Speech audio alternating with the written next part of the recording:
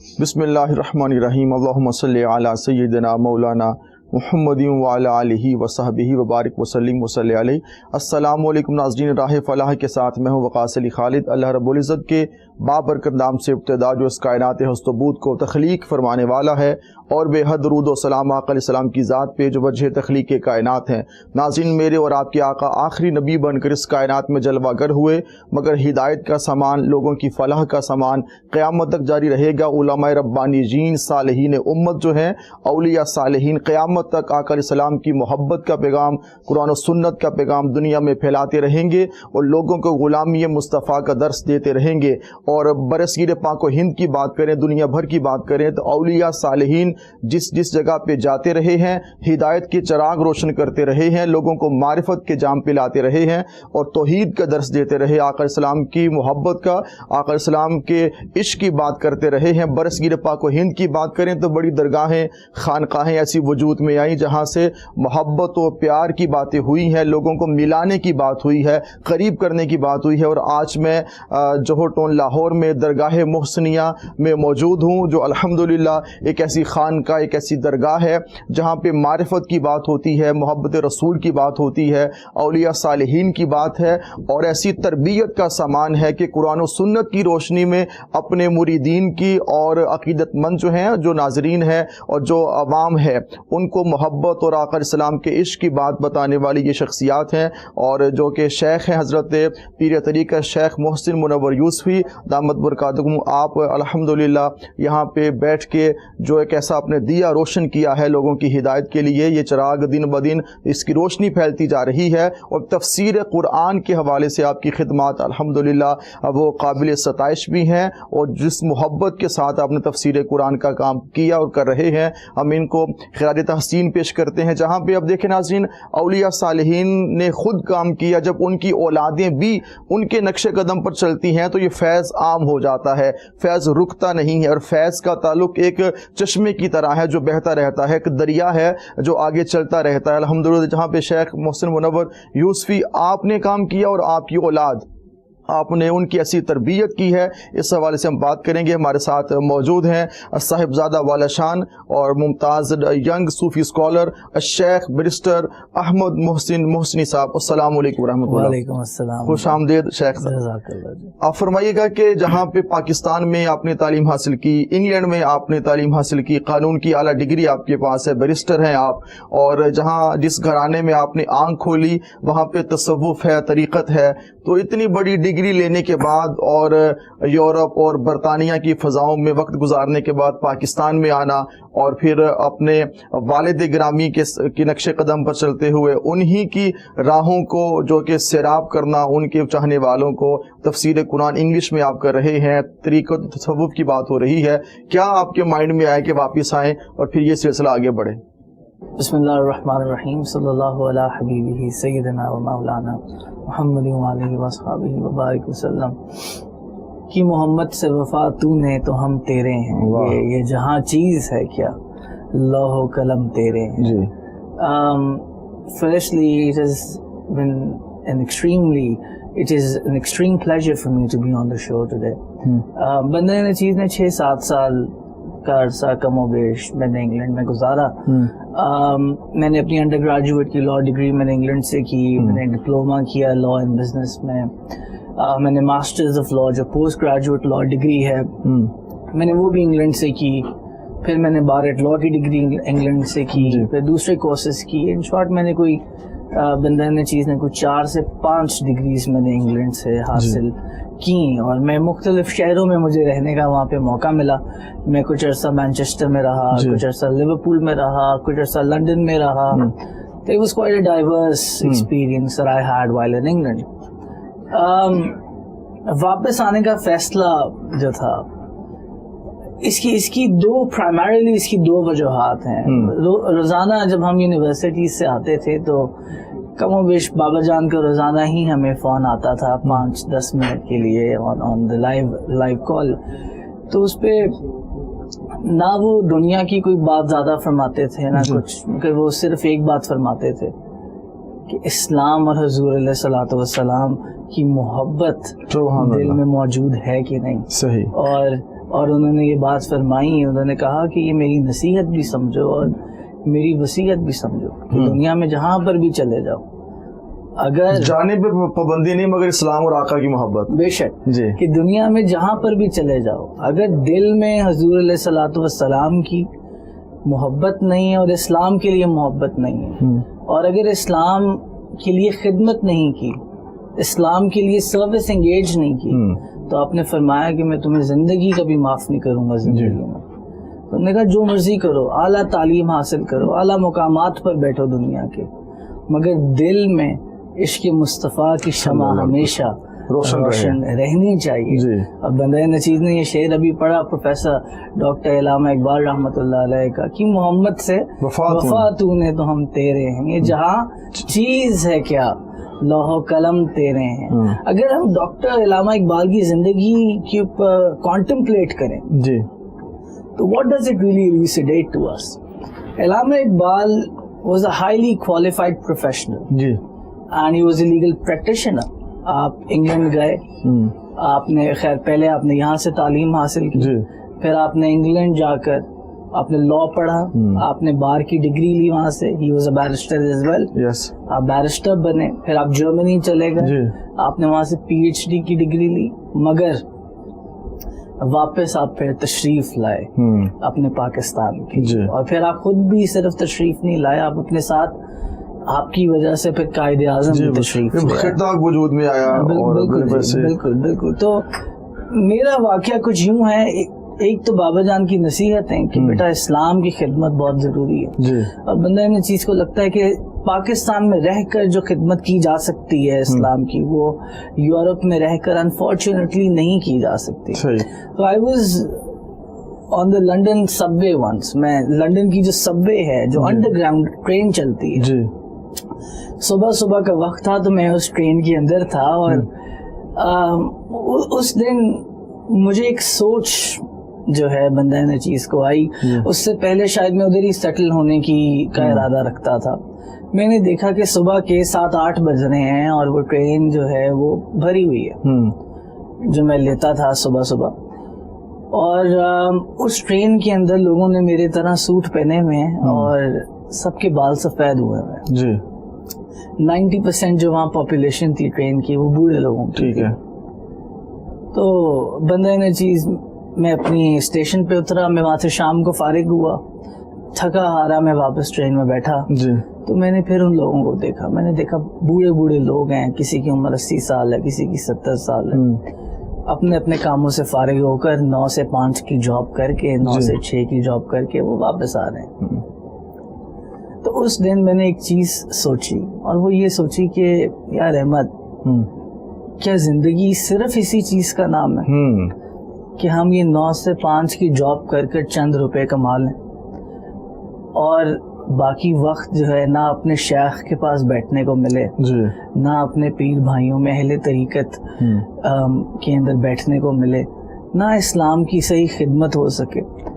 تو پھر بندہ نے چیز نے فیصلہ کیا کہ زندگی کے اندر ایک بیلنس رکھنا بہت ضروری ہے. بالکل صحیح. ایک بیلنس کو مینٹین کرنا بہت ضروری ہے, اور یہی بات میرے پیر و مرشد کی تعلیمات بھی یہی ہیں, سیدی شیخ محمد محسن منور یوسفی کی. انہوں نے فرمایا کہ دین کے ساتھ دنیا بھی لے کے چلنی ہے. بالکل, دین و دنیا ساتھ ساتھ. بالکل. آج درس نظامی آپ دیکھیں, درس نظامی 4 سال میں ہو جاتا ہے. جی.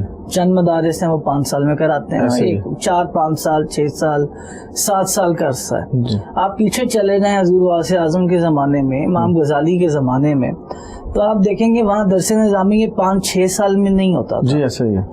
وہاں جو اس زمانے میں آپ کا درس نظامی ہوتا تھا یا یہ جو اسلام کی ڈگری ہوتی تھی, اس کے اندر صرف آپ کو حدیث, قرآن, فقہ, تفسیر نہیں پڑھائی جاتی تھی, آپ کو سائنسز پڑھائی جاتی تھی, آپ کو ایسٹرالوجی پڑھائی جاتی تھی, آپ کو حکمت پڑھائی جاتی تھی, میڈیسن سکھایا جاتا تھا. تو آپ کو it was a diverse portfolio. یہ تو 100-150 سال پہلے ایک پلاننگ کر کے دونوں کو جدا کر دیا تاکہ یہ دنیا کی طرف آگے یا دین کی طرف آگے, اور مسٹر ملا کی جو نا معاملات میں ہم بٹ گئے. ایگزیکٹلی. اور آپ فرمائیے گا کہ تفسیر قرآن دیکھیں آئے پاکستان میں ہے, مگر آپ نے ایڈریس انہی لوگوں کو کیا ہے جو وہاں بیٹھے ہیں, کیونکہ یہاں پہ انگلش پڑھنے سننے والے وہ اس طرح نہیں ہے, مگر آپ کا جو میڈیم انگلش کا ہے وہ ہے انہی لوگوں کے لیے. اس میں کیا ایک خاص حکمت تھی کہ آپ اس میں جو نا آپ کے والد گرامی اردو میں اور آپ انگلش میں تفسیر قرآن کا سلسلہ؟ یہ بات صحیح ہے کہ جتنی محبت اس ناچیز کو اردو سے ہے کبھی انگلش سے نہیں ہوگی جی، مگر یہ ہے کیونکہ یہ اولیاء اللہ کی زبان ہے. ٹھیک ہے. حضرت امیر خسرو نے اس کو بنایا حضرت نظام الدین اولیاء کے کہنے کے اوپر فارمولیٹ کیا. انگلش کے اندر بندہ نچیز نے کیوں ایکسیجیسس کو ڈیلیور کیا؟ اس کی وجہ کچھ یوں ہے کہ اردو زبان جو ہے یہ صرف ایک سلیکٹ پرسنٹیج آف پیپل ہے جو اس کو پڑھتی اور سنتی ہے. صحیح. آپ کی مسلمس کی بھی جو میجورٹی ہے ٹھیک ہے وہ انگلش اسپیکنگ ہے. صحیح. میں جب انگلینڈ میں تھا تو میرے جو مسلمان دوست بھی تھے جب میں ان کو کوئی اردو کی بک پیش کرتا تھا تو وہ بندہ ان چیز سے معذرت کرتے تھے. وہ کہتے تھے کہ اگر آپ کے پاس انگلش میں ہے if you have the English translation تو ہم اس کو پڑھ لیتے ہیں, ادروائز ہم پڑھ نہیں سکتے ایون دو کہ ہم ٹریس بیک پاکستان سے یا انڈیا سے ہی کرتے ہیں. جی ایسا ہی ہے. اور ہم اردو بول لیتے ہیں مگر ہم پڑھ نہیں پائیں گے. صحیح. ٹھیک ہے. تو obviously ان میں پھر بہت بڑی پرسنٹیج وہ ہے جو اردو سمجھ بھی نہیں پاتی مسلمان ہو کر. ایک تو ان مسلمانوں کے لیے ٹھیک ہے سیدی شیخ محمد محسن منور یوسفی نے اس بات کو اہم سمجھا کہ اردو کے اندر تو پھر کئی لوگ ہیں جو تفسیر کو بیان کرتے ہیں. انگلش کے اندر ڈیٹیلڈ ایکسیجیسس جو ہے انگلش قرآنک تفسیر یہ نہیں ملتی. ٹھیک ہے. ٹھیک ہے. اور بائی فا آئی تھنک یہ درگاہ محسنیہ پہلی درگاہ ہے جی جس نے تفسیر کو 4 مختلف طریقوں سے لوگوں تک پہنچایا. کیا بات. اصل خدمت یہی ہے. اور درگاہوں کا جو کنسپٹ بنتا جا رہا ہے کہ وہاں پہ بس چراغاں اور میلے ہوں گے اور بات ختم ہے, لیکن علم اور جو معرفت ہے وہ تو قرآن سے ملے گی نا, جب قرآن فہمی عام ہوگی. بالکل ایسے ہی ہے. تو آپ دیکھیے یہاں پر اردو کے اندر تفسیر ڈیلیور ہوتی ہے ویڈیو لیکچرز کے تھرو. صحیح.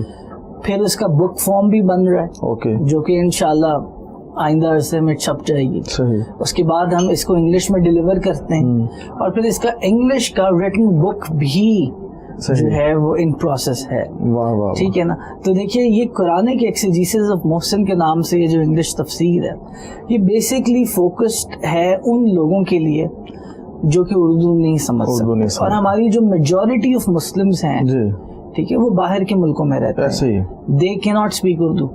ٹھیک ہے. اب مسلمز کے اندر افریقنز بھی ہوں گے, ملیشینز بھی ہوں گے, انڈیا کے رہنے والے بھی ہوں گے, انگلش بولی جاتی ہے. بالکل. اب وہ سب اردو تو نہیں سمجھ سکتے نا, مگر وہ سب کا اگر کوئی کامن گراؤنڈ ہے آن دا کامن فیلڈ تو وہ یہی ہے کہ وہ انگلش سمجھ سکتے ہیں, بول سکتے ہیں. بالکل صحیح. تو ایک تو ان مسلمانوں کے لیے, اور دوسری انٹینشن یہ تھی کہ ان نان مسلمس کے لیے بھی یہ ایک ہیلدی میڈیم ثابت ہو سکتا ہے جو کہ اسلام کو پڑھنا چاہتے ہیں, اسلام کو سمجھنا چاہتے ہیں, مگر ان کے پاس ریسورسز نہیں ہیں.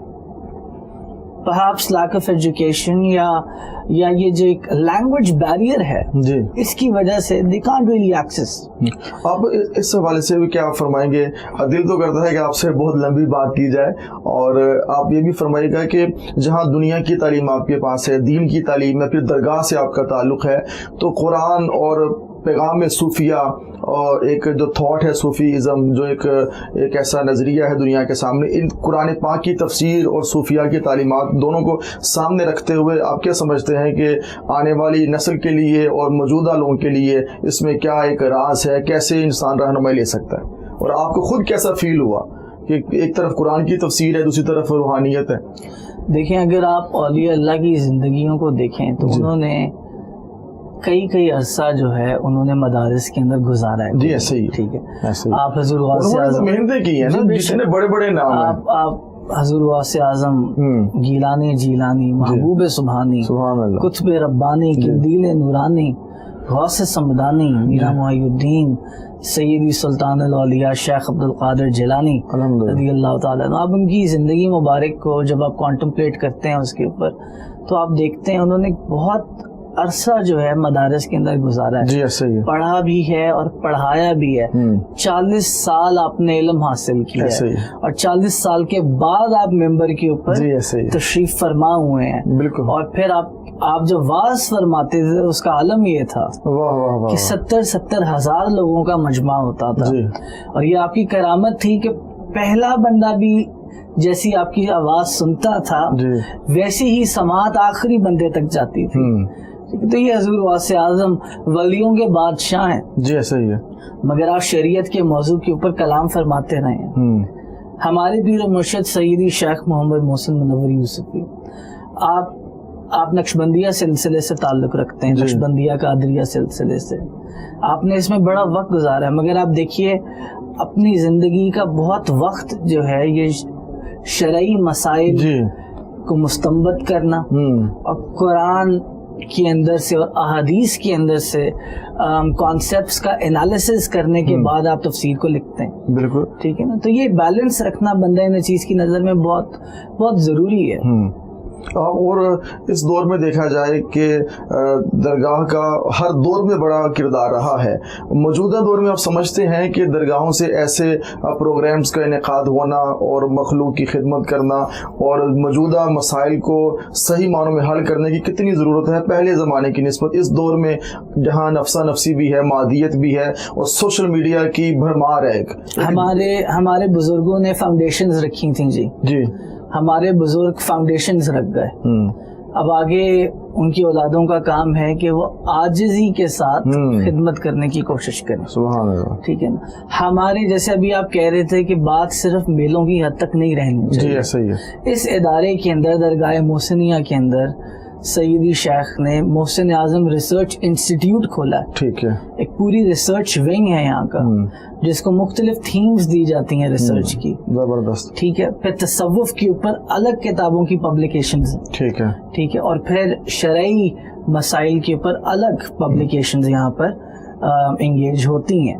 ٹھیک ہے. تو میرے خیال سے ہم آج کل کی درگاہوں کا جو معاملہ ہے یہ بڑا ایک دکھ والا معاملہ ہے کہ وہ دین کی اس طرح خدمت کرتے نہیں ہیں جو ہونی چاہیے, جس طرح کرنی چاہیے. بالکل.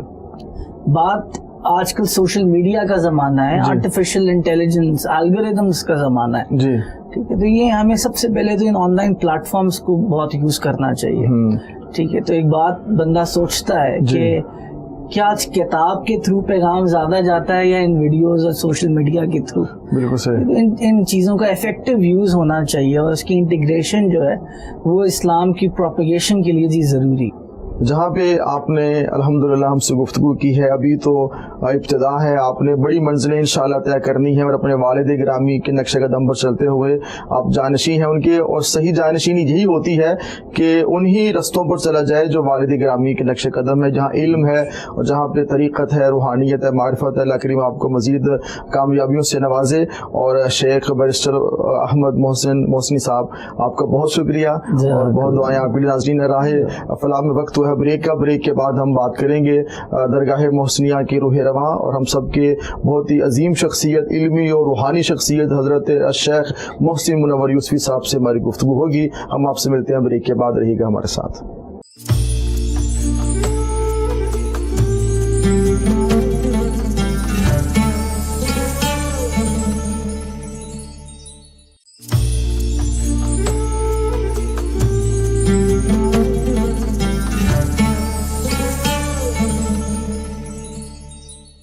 خوش آمدید ناظرین راہ فلاح آپ دیکھ رہے ہیں کوہ نور ٹی وی پہ.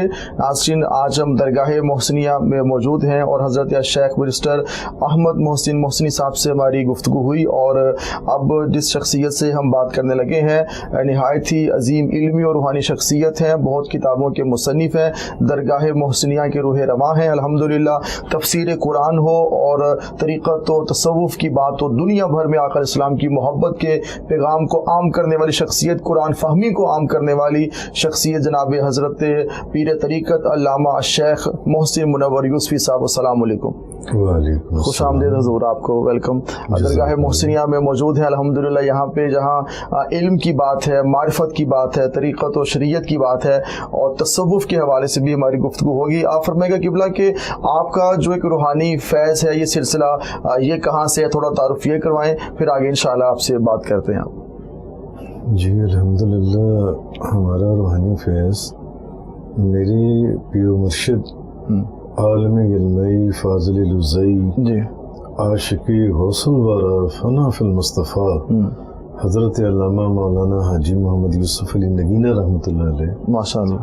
تو آپ پردہ فرمائے ہوئے بھی آپ کو 30 سال سے زیادہ کا عرصہ گزر چکا. صحیح. آپ کا مزار شریف فیصل آباد سے اگر آپ جائیں اکاڑا تو راستے میں آپ کا مزار شریف آتا ہے. ٹھیک ہے. سلسلے نقشبندیہ کے بزرگ تھے، علی پور سیدہ شریف سے ان کی نسبت تھی جن سے. تو ہمارا سلسلہ اصل میں نقشبندیہ قادریہ ہے جن سے. نقشبندیہ قادریہ. الحمدللہ رب العالمین. تو حضور فرمائے گا کہ جیسے حضرت شیخ عبد القادر جیلانی پیران پیر کے حوالے سے بھی آپ کی کتاب بہت معروف اور ان کا بھی بڑا ذکر آپ فرماتے ہیں، یہ بھی ایک نسبت کا فیض ہے. جی بے شک. اس کی وجہ یہ ہے کہ میں نے اپنی وہ جو آٹو بایوگرافی لکھی جی جس میں حضور غوث اعظم شیخ عبد القادر جیلانی کی مقام و تصرف کے ضمن میں موجودہ دور میں جو ان کی کرامات کا ظہور ہوا جی جس کا تعلق خصوصاً اس درگاہ یا خانقاہ سے جڑتا ہے آ کر جی، تو اس کے اندر میں نے وہ 3 جنوری 2011 والا واقعہ بھی لکھا سارا، جب آپ سرکار نے مہربانی کرم احسان فرمایا تو اس فیض کی نسبت سے وہ سلسلہ قادریہ سے بھی ہمارا جن سے ایک تعلق.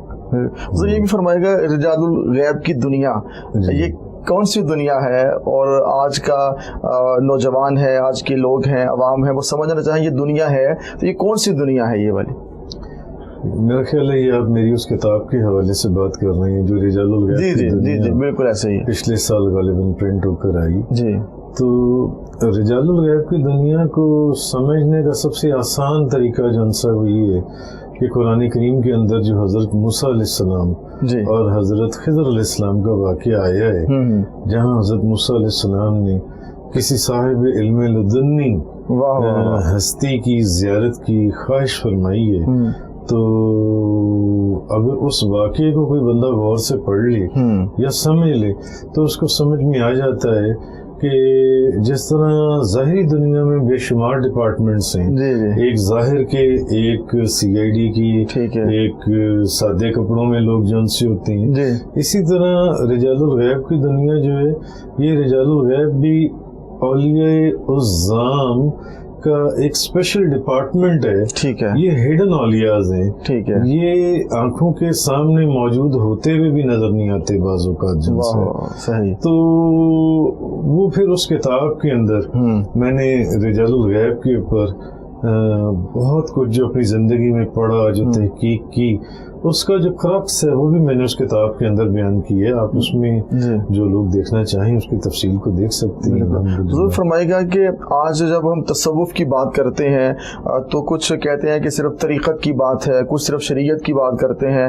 شریعت اور جو طریقت ہے ان دونوں کا آپس میں ساتھ ساتھ ہونا یہ کتنا ضروری ہے اس دور کے اندر دیکھا جائے تو جو لوگ جو اس کی تقسیم کرتے ہیں وہ کہاں کھڑے ہیں، جو اس کو ساتھ لے کر چلتے رہے، اس سوال سے آپ فرمائیے گا. دیکھیں جو تقسیم کرتے ہیں میرا خیال ہے ان کی کام علمی ہے، جبکہ شریعت اور طریقت دونوں ہی ایک ہی چیز ہے. ٹھیک ہے. مفتی احمد یار خان نعیمی صاحب رحمۃ اللہ علیہ نے اپنی کتابوں کے اندر اس کی بڑی مثالیں دی ہیں جو سی ہیں. تو اصل میں تو ایک ہی چیز ہے شریعت اور طریقت جو سی ہے.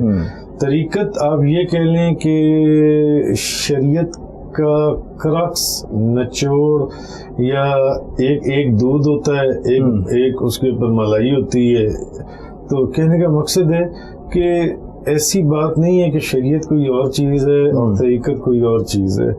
جن لوگوں نے حقیقت کو سمجھا ہے وہ جانتے ہیں کہ دونوں ایک ہی ایک ہی راستہ ہے. ایک ہاتھ میں اگر آپ کے قرآن ہے تو دوسرے ہاتھ کے اندر آپ کی حدیث ہے جو سی ہے. تو شریعت اور طریقت ایک ہی چیز ہے. یہ بھی فرمائے گا کہ جیسے برصغیر پاک و ہند کی بات کریں تو اولیاء صالحین نے لوگوں کے دلوں کو بدلا ہے اور ان کی سوچ کو بدلا ہے، تو ایک شیخ کیسے اپنے مریدین کے جو دل کو احوال کو بدل سکتا ہے اور نفس پرستی سے باہر نکل سکتا ہے؟ اس کے لیے کیا ایسے اقدامات ہیں جو کرنے چاہیے؟ وہ وہی بزرگان دین ہیں، وہی شیخ طریقت ہیں جو قرآن اور حدیث، شریعت اور طریقت کو ساتھ ساتھ لے کر چلتے ہیں. ٹھیک ہے. یہ نہیں جو یہ نہیں کہتے کہ ہمیں صرف قرآن کی ضرورت ہے، حدیث کی ضرورت نہیں، یا ہم تو صرف حدیث والے ہیں، ہمیں قرآن کی ضرورت نہیں ہے. وہ لوگ جب قرآن اور حدیث کو ساتھ لے کر چلتے ہیں تو پھر اللہ تعالیٰ ان کو اس مقام پر فائز کرتا ہے کہ ان کے فیض یا ان کے تصرف یا ان کی نگاہ محبت، جیسے کہ مولانا روم نے فرمایا کہ یک زمانہ صحبت با اولیاء بہتر 7 سال طاعت بیر، 100 سال کی عبادت سے بھی بہتر ہے کہ تم کسی اللہ کے بندے کی بارگاہ میں بیٹھ جاؤ.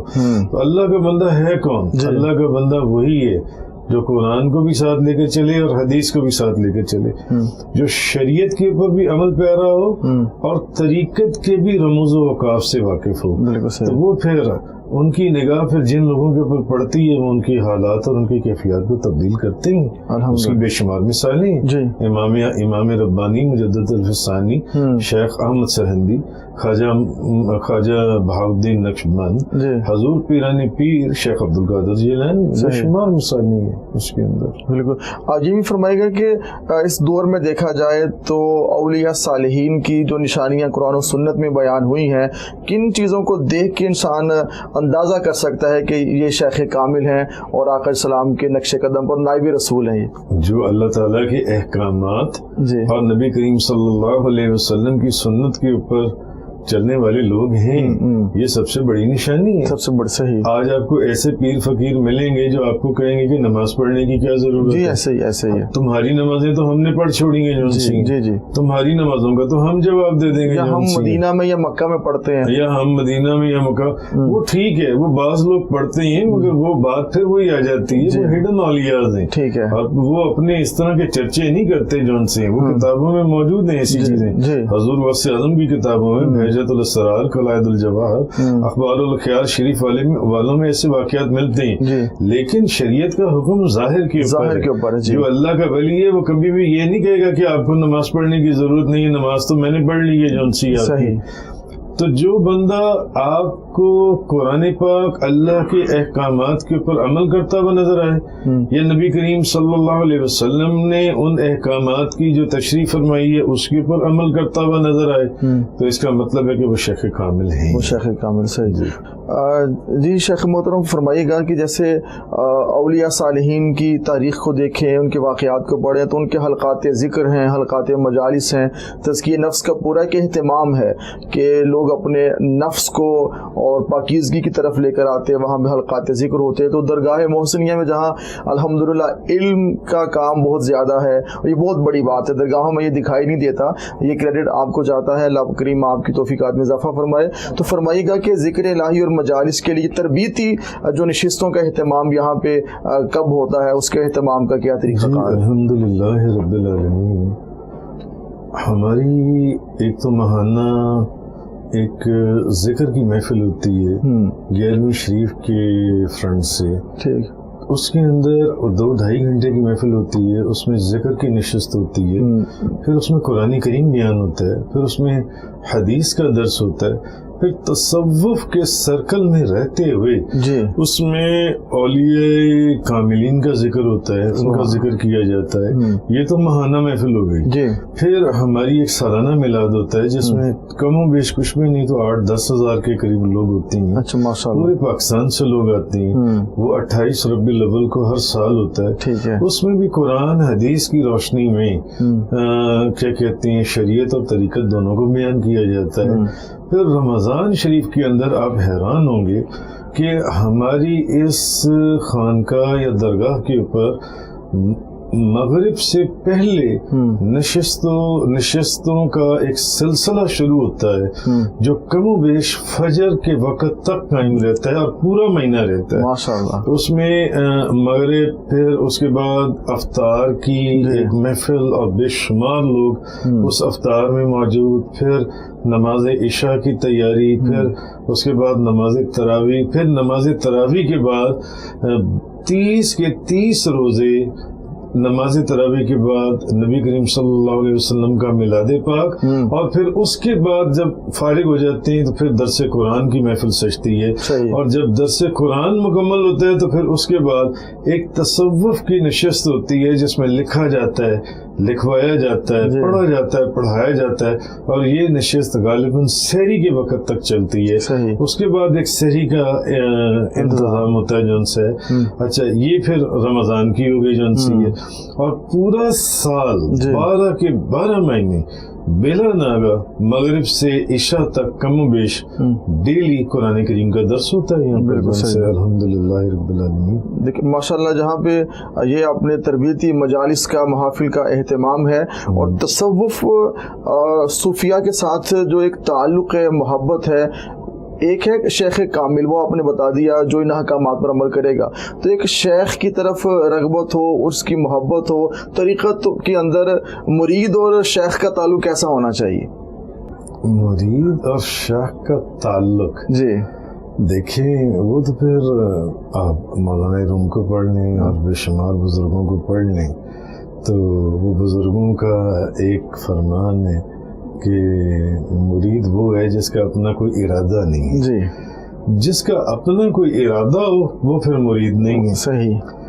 مرید وہ ہے، یہ تصوف کی ایک بڑی مشہور اصطلاح ہے کہ مرید ہے ہی وہ جس کا اپنا کوئی ارادہ نہ ہو. واہ واہ واہ. جو اپنے ہر ارادے کو اپنے شیخ کی مرضی کے اندر فنا کر دے تو تب وہ بندہ منزل مقصود پر پہنچتا ہے. اور یہ ہزاروں میں کوئی ایک ہوتا ہے، کوئی ہزاروں میں کوئی ایک ہوتا ہے. ایسا ہی ہے. وہ میاں محمد بخش رحمۃ اللہ علیہ نے فرمایا نا، مار مار ایک بناون شیشہ، مار بٹا پان سٹ دے، دنیا ہوتے تھوڑے رہ گئے قدردان سخن دے.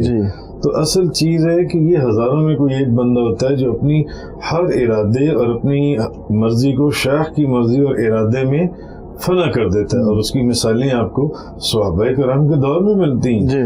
آپ دیکھیں درجہ بدرجہ، اس طرح تو آپ دیکھیں سارے صحابہ کرام کا کیا مقام ہے، مگر اس میں سے بھی پھر وہ 10,000 صحابہ کرام لیے ہیں، اور اس میں سے بھی پھر وہ محدثین لیے ہیں، پھر آپ 313 اصحاب بدر لیے ہیں جن کو جنت کی قطعی بشارت ہے قرآن کریم کی روشنی میں. ان 313 میں پھر عشرہ مبشرہ لیے ہیں، عشرہ مبشرہ میں پھر خلفاء راشدین لے، درجہ بدرجہ درجہ بدرجہ.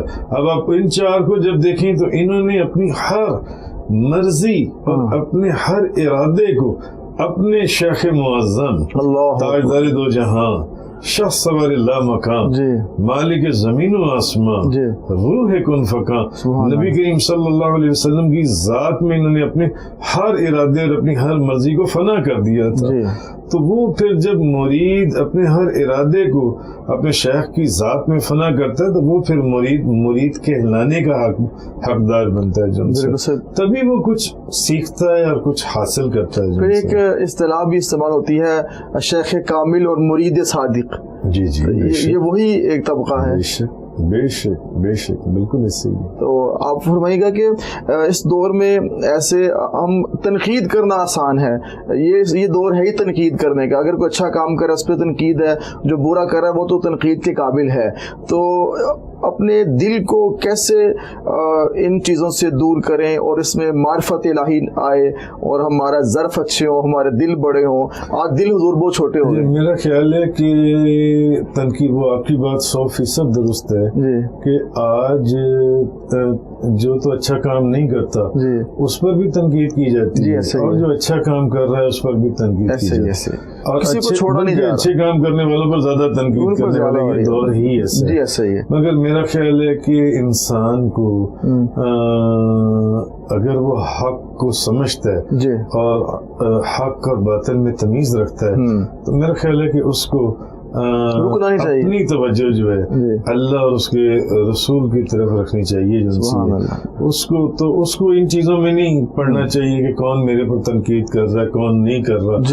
بات آپ اولیاء کرام کی بزرگان دین کی کرتے ہیں تو بزرگان دین کے اندر تو جیسے بزرگوں نے لکھا ہے کہ ایک فرقہ اسپیشلی ملامتیہ فرقہ جو خود سے لوگوں کی ملامت تانے اور برائیوں کو خود سے اپنے اوپر ڈال لیتے ہیں.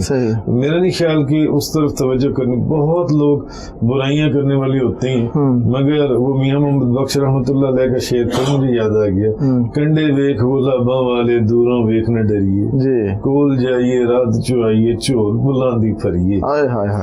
یعنی کہ دور سے وہ کانٹے گلابوں والے دیکھ کے ڈرنا نہیں چاہیے. یہ تنقید آتی ہے. ہر تنقید کہاں نہیں آئی مجھے بتائیں؟ ہر جگہ. نبی کریم صلی اللہ علیہ وسلم کے دور میں تنقید نہیں تھی. قدم قدم کے اوپر جس تنقید ابھی کل درس قرآن کے اندر میں ان دوستوں کو سورۃ الحجر کی ایک آیت کی تفسیر میں یہ بتا رہا تھا کہ نبی کریم صلی اللہ علیہ وسلم کا معاذ اللہ تنقید کے ضمن میں جس قدر مذاق اڑایا گیا ہے جس قدر, اور اللہ پاک نے حضور کو یہی فرمایا کہ آپ ان کی طرف توجہ نہ کریں کیونکہ یہ کام صرف آپ کے ساتھ نہیں, یہ تو آپ سے پہلے بھی رسولوں اور نبیوں کے ساتھ چل رہا ہے. بالکل ایسا ہی ہے, بالکل ایسا ہی.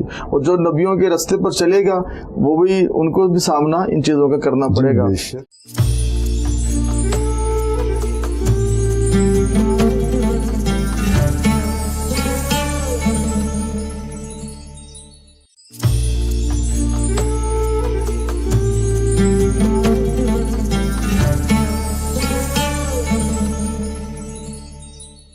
فرمائے گا کہ جہاں الحمدللہ آپ شریعت کے معاملات ہیں, طریقت کی ہیں, خطابات کا سلسلہ ہے اور دنیا بھر کے ایک دورہ جات ہیں, وہیں پہ تفسیر قرآن کے حوالے سے آپ کا کام بہت ہی شاندار, بہت اعلیٰ ہے. اس کے لیے وقت نکالنا, اس کے لیے اتنی ڈیپتھ میں جا کے اسٹڈی کرنا, یہ وقت کا نکلنا, یہ خاص لگتا ہے. بہت بڑا مشن ہے تفسیر قرآن کا جو آپ کا دکھائی دیتا ہے. میرا خیال ہے اس میں میری کوئی خوبی نہیں ہے. یہ سب سے پہلے اللہ کا فضل, نبی کریم صلی اللہ علیہ وسلم کی رحمت اور ہمارے بزرگوں کا فیض اور ان کی خصوصی توجہ ہے. میری اس میں کوئی میرا کمال نہیں ہے, کوئی میری خوبی نہیں ہے. That's all. ماشاء اللہ. لیکن یہ کام آپ سے لیا جا رہا ہے الحمدللہ. بس وہ ایک شعر ہے نا کہ قدم میری طلب بھی تیرے کرم کا ہے صدقہ. واہ واہ واہ. میری طلب بھی ابھی قرآن کی تفسیر ہے. جی میری طلب بھی تیرے کرم کا ہے صدقہ. قدم یہ اٹھتے نہیں اٹھوائے جاتے ہیں. واہ واہ واہ. اٹھوائے جاتے ہیں. یہ اس کا فضل ہے, اس کا کرم, اس کا احسان, اس کی مہربانی. جب آپ تفسیر قرآن اور فہم قرآن اور اس سمندر میں جب انسان غوطہ زن ہوتا ہے تو کون سے موتی ملتے ہیں کہ نئے راز اور جہان کھلتے ہیں؟ ہر طرح کے, حقیقت کے, معرفت کے, شریعت کے, طریقت کے. جب آپ اس قرآن کے اندر گم ہوتے ہیں تو اگر کبھی میری تفسیر کے الحمدللہ ابھی تک تقریباً 900 لیکچرز جو ہیں وہ تو اپلوڈ ہو چکے ہیں. اگر ان میں سے کچھ لیکچرز آپ کو سننے کا موقع ملا ہو تو آپ دیکھیں گے کہ انسان ایک ایسی عجیب و غریب, قرآن اتنا بڑا سمندر ہے جس کے اندر آپ کو کائنات کی ہر چیز حاصل ہو جاتی ہے. بے شک آپ کو ہر چیز مل جاتی ہے, ہر چیز. یہ ہزاروں علوم قرآن کے اندر موجود ہیں. ایک غالباً صحابی کا قول بھی ہے کہ مجھے تو اگر اپنا تسمہ بھی تلاش کرنا ہو تو میں قرآن سے تلاش کر لیتا ہوں میرا تسمہ کہاں پڑا ہوا ہے. تو کہنے کا مقصد یہ ہے کہ یہ ایک بہت بڑا سمندر ہے.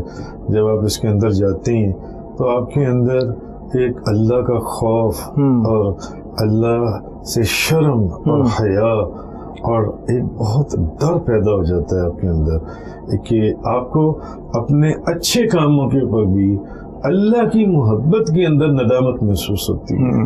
صحیح.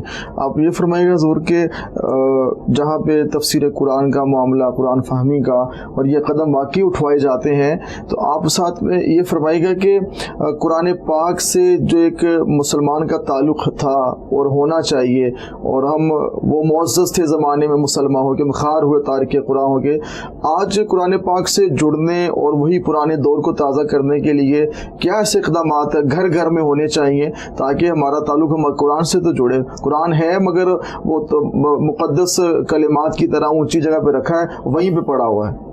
آپ کے سوال کا جواب خود آپ نے خود دے دیا جی. کہ آج واقعی قرآن جو ان سے وہ گھروں کے اندر میرا خیال ہے کہ 100 میں سے 90 گھر ایسے ہوں گے، کم و بیش 90-95% گھر ایسے ہوں گے جہاں پر قرآن کو ایک سبز رنگ کے گلاب میں لپیٹ کر اوپر سب سے اوپر والی شیلف میں رکھا ہوتا ہے. کبھی سال کے بعد 1.5 سال کے بعد اٹھا کر اس کو جھاڑ کر خوشبو لگا کر پھر اس کو واپس اپنی جگہ پر رکھ دیتے ہیں. ایسا ہی ہے. تو یہ تو جب تک ہم لوگ اپنا طریقہ کار نہیں بدلیں گے، ہم اپنی اولاد کو قرآن اور حدیث کی تعلیم نہیں دیں گے. میں یہ نہیں کہتا کہ انگریزی تعلیم نہ دیں جی، انگریزی تعلیم بھی اس وقت کی ضرورت ہے. اور آپ کے صاحب ماشاءاللہ شیخ احمد صاحب جی، ان کے پاس جدید تعلیم بہت ہے، لیکن اس کے باوجود بھی وہ آپ کے نقش قدم پر چلنا چاہتے ہیں. یہ بہت بڑی بات ہے. الحمدللہ یہ اللہ کا خصوصی فضل اور کرم ہے جی جی کہ وہ یورپ کی یونیورسٹیوں سے وہ بیرسٹر ہیں جی، وہ آکسفورڈ یونیورسٹی سے پڑھ کر آئے، بے شمار ڈگریز انہوں نے لی، مگر آپ دیکھیں کہ وہ آج الحمدللہ یہ اللہ کا فضل ہے کہ وہ قرآن کی تفسیر بیان کر رہی ہیں. ان کے تقریباً 100 لیکچرز ان کے بھی تقریباً قرآنک ایکسیجسس کے اوپر جو چینل ہے اس کے اوپر اپلوڈ ہو چکی ہیں. تو قرآن کے لیے میں عرض کر رہا تھا کہ کیسے آج کی مائیں، آج کے گھر والے اور اس طرف آئیں. دیکھیں سب سے پہلے تو یہ ہے کہ میرا خیال ہے کہ یہ ایک اسلامی ملک ہے جن سے، تو ہمیں اپنے اسکولوں اور اپنے کالجز کے سلیبس کے اندر جی آج آپ دیکھیں کہ ہمارے سلیبس کے اندر جو ہم بچپن میں چیزیں پڑھا کرتے تھے وہ سب نکالی جا چکی ہیں اور فارغ کر دی گئی، اور جو تھوڑی بہت ہیں وہ بھی نکالنے کی کوشش کی جا رہی ہے جن سے. تو میرا تو خیال ہے کہ جو ہمارے اسکولوں، کالجوں، یونیورسٹیوں کے سلیبس ہیں، سب سے پہلے ہمیں قرآن کی تعلیمات جو ہیں ان کے اندر ان سبجیکٹس یا ایسے چیپٹرز رکھنے چاہیے.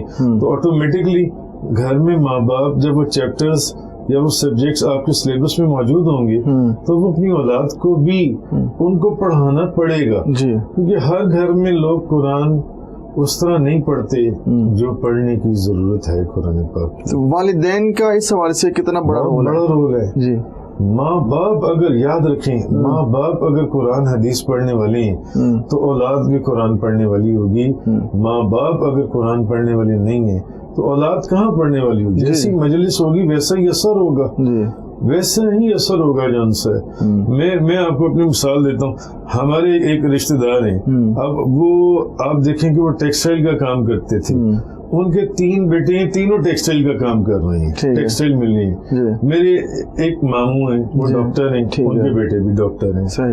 ایک میرے ماموں ہیں وہ ہم رشتہ دار ہیں، وہ کیا کہتے ہیں کیٹرنگ کا کام کرتے ہیں. ان کے 3 بیٹے ہیں، تینوں کیٹرنگ کا کام کرتے ہیں.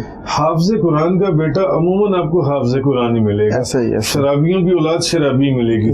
تو جیسے ماں باپ ہوں گے ویسے اپنے آپ کو پتا، ویسی اولاد عموماً اولاد ویسی ہوتی ہے. بالکل صحیح ہے. والدین کا بہت بڑا اس میں کردار ہے. تو حضور فرمائے گا کہ جو نیک صحبت ہے آج کے ایک فاسٹ دور میں، سوشل میڈیا، موبائل پہ دنیا لگی ہوئی ہے، اپنے لیے ماں باپ کے لیے ٹائم نہیں ہے، تو جو نیک صحبت ہے اس کے لیے شیخ کی درگاہ میں آنا، پاس بیٹھنا اور صحبت اختیار کرنا، اس کی کتنی ضرورت ہے اس دور میں؟ دیکھا جائے کہ یہ فاسٹ بہت دور ہو چکا ہے. پہلے لوگ آیا کرتے تھے، بیٹھتے تھے، محفلیں ہوتی تھی، مجالس ہوتی تھی. اب سوشل میڈیا کا بس وہ ٹک ٹک جاری ہے. صحبت صالح اور صحبت کے لیے وہ تو صحبت، نیک لوگوں کی صحبت کی تو بہت ضرورت ہے جی، اس کے بغیر بات نہیں بنتی. مگر جیسے کہ آپ کہہ رہی ہیں کہ یہ وہ دور ہے کہ وقت اب لوگوں کے پاس بہت کم ہے، اس طرح مجالس یا محفلیں جس طرح پہلے ایک دور میں لوگ آتے جاتے تھے ویسے نہیں ہیں.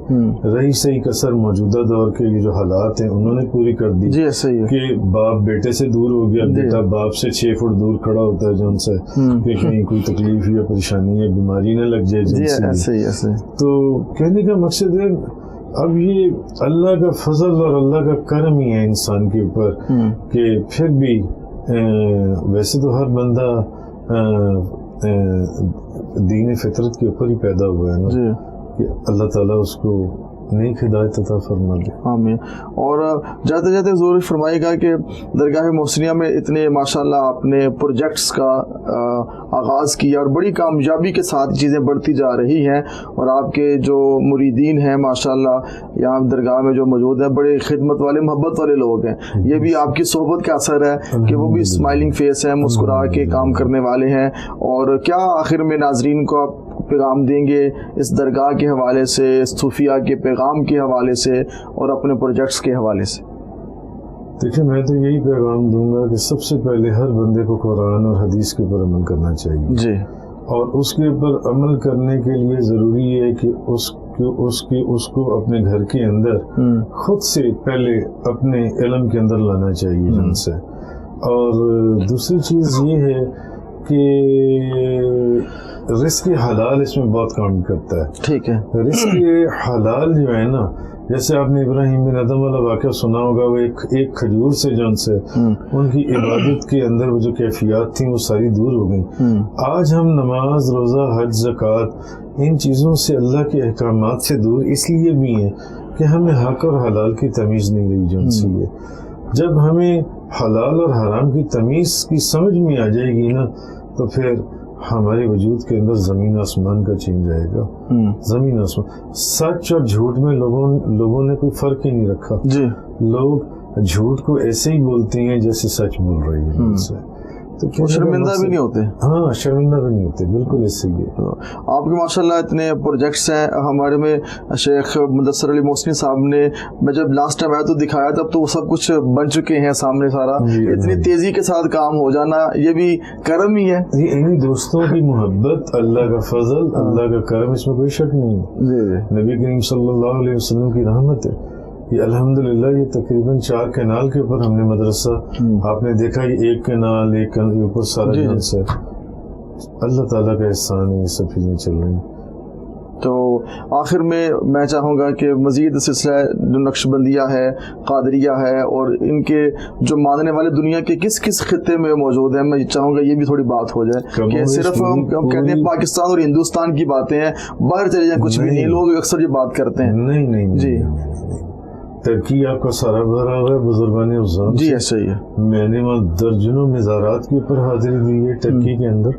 ایران آپ کا سارا انہی درگاہوں سے اور خانقاہوں سے بھرا ہوا ہے. عراق آپ کا سارا انہی درگاہوں اور خانقاہوں سے بھرا ہوا ہے. انڈیا اور پاکستان بھی بھرے ہوئے ہیں. اس کے علاوہ آپ کے سری لنکا کے اندر بے شمار بزرگان عظام جن سے, اور ایون اب تو یورپ کے اندر بے شمار میں ایسی درگاہیں, خانقاہیں اور وہ سلسلہ نقشبندیہ, قادریہ آپ کا یورپ کے اندر بڑا وسیع پیمانے کے اوپر وہاں پر کام ہو رہا ہے جن سے. تو یہ ایسا نہیں ہے کہ خانقاہیں یا درگاہیں یہ صرف پاکستان انڈیا, یہ تو پوری دنیا. آپ کا افریقہ سارا بھرا ہوا ہے, بے شمار مزارات وہاں پر افریقہ کے اندر ہیں. کہاں نہیں ہے. عرب آپ کا سارا بھرا ہوا ہے جن سے. سینٹرل ایشین کنٹریز بھی, سینٹرل ایشین کنٹریز میں آپ چلے جائیں, صرف آپ ایک بخارا کو لے لیں تو بخارا کے اندر حضرت خواجہ خواجگان خواجہ بہاؤالدین نقشبند, خواجہ شمس الدین امیر کلال, خواجہ بابا سماسی, اور رامیتان میں خواجہ علی رامیتنی, اور خواجہ ابو الخیر انجیر محمود فغنوی, اور ریفگار میں خواجہ عارف ریفگاری, اور گشدوان میں خواجہ عبد الخالق گشدوانی. صرف بخارا کے اندر یہ سات اتنی بڑی درگاہیں ہیں کہ آپ سوچ بھی نہیں سکتے جان سے. تاشقند میں چلے جائیں، سمرقند میں چلے جائیں، خواجہ عبید اللہ احرار، پھر وہ کتاب کے اندر امام ربانی مجدد الفسانی کے دادا مرشد خواجہ مولانا امکنگی، پھر کتاب کے اندر شخر سبز کے اندر خواجہ درویش محمد، اس طرح بے شمار میں آپ کو کتنے شیخ ابو منصور ماتریدیہ سمرقند کے اندر جن سے، پھر امام بخاری، امام ترمذی، خواجہ حکیم ترمذی، دیناؤ کے اندر خواجہ علاء الدین اتار رحمۃ اللہ علیہ۔ یہ میں نے آپ کو صرف ایک ملک کی بتائی ہیں۔ ابھی آپ تاجکستان چلے جائیں، کرگستان چلے جائیں، ترکمانستان چلے جائیں، جون سے شیخ حضرت یوسف علی ہمدانی رحمت، یہ ساری نقشبندیہ درگاہیں ہیں جون سی، مگر وہاں قادریہ بھی بڑی بڑی درگاہیں جون سی۔ تو بڑا اچھا لگا حضور آپ سے بات کر کے درگاہ محسنیہ میں آ کے، اور آپ سے دعائیں ہم بھی لیں گے، ہمارے ناظرین بھی لیں گے۔ اللہ کریم آپ کو بھی سلامتی عطا فرمائے، آپ کا سایہ سلامت رہے، اور یہ ناظرین یہ محبت کا سلسلہ جاری رہے۔ قبلہ آپ کا بہت شکریہ، اللہ کریم آپ کو سلامت رکھے۔ ناظرین راہ فلاح میں آج درگاہ محسنیہ میں ہم موجود ہیں، اور حضرت شیخ پیر طریقت علامہ محسن منور یوسفی صاحب اور آپ کے فرزند، آپ کے جانشین شیخ بیرسٹر احمد محسن محسنی صاحب سے ہماری گفتگو ہوئی، اور دل تو کر رہا ہے کہ گفتگو کو مزید آگے بڑھایا جائے، اور باتیں ایسی معرفت کی ہیں، تصوف کی ہیں، اور حکمت کی ہیں، روحانیت کی ہیں، کہ جتنی باتیں کرتے جائیں کم ہیں، مگر دامن وقت میں گنجائش بالکل ختم ہو چکی ہے۔ راہ فلاح سے دیجیے اجازت، اپنے پن کے ساتھ کہ اپنا بہت خیال رکھیے گا۔ اللہ حافظ۔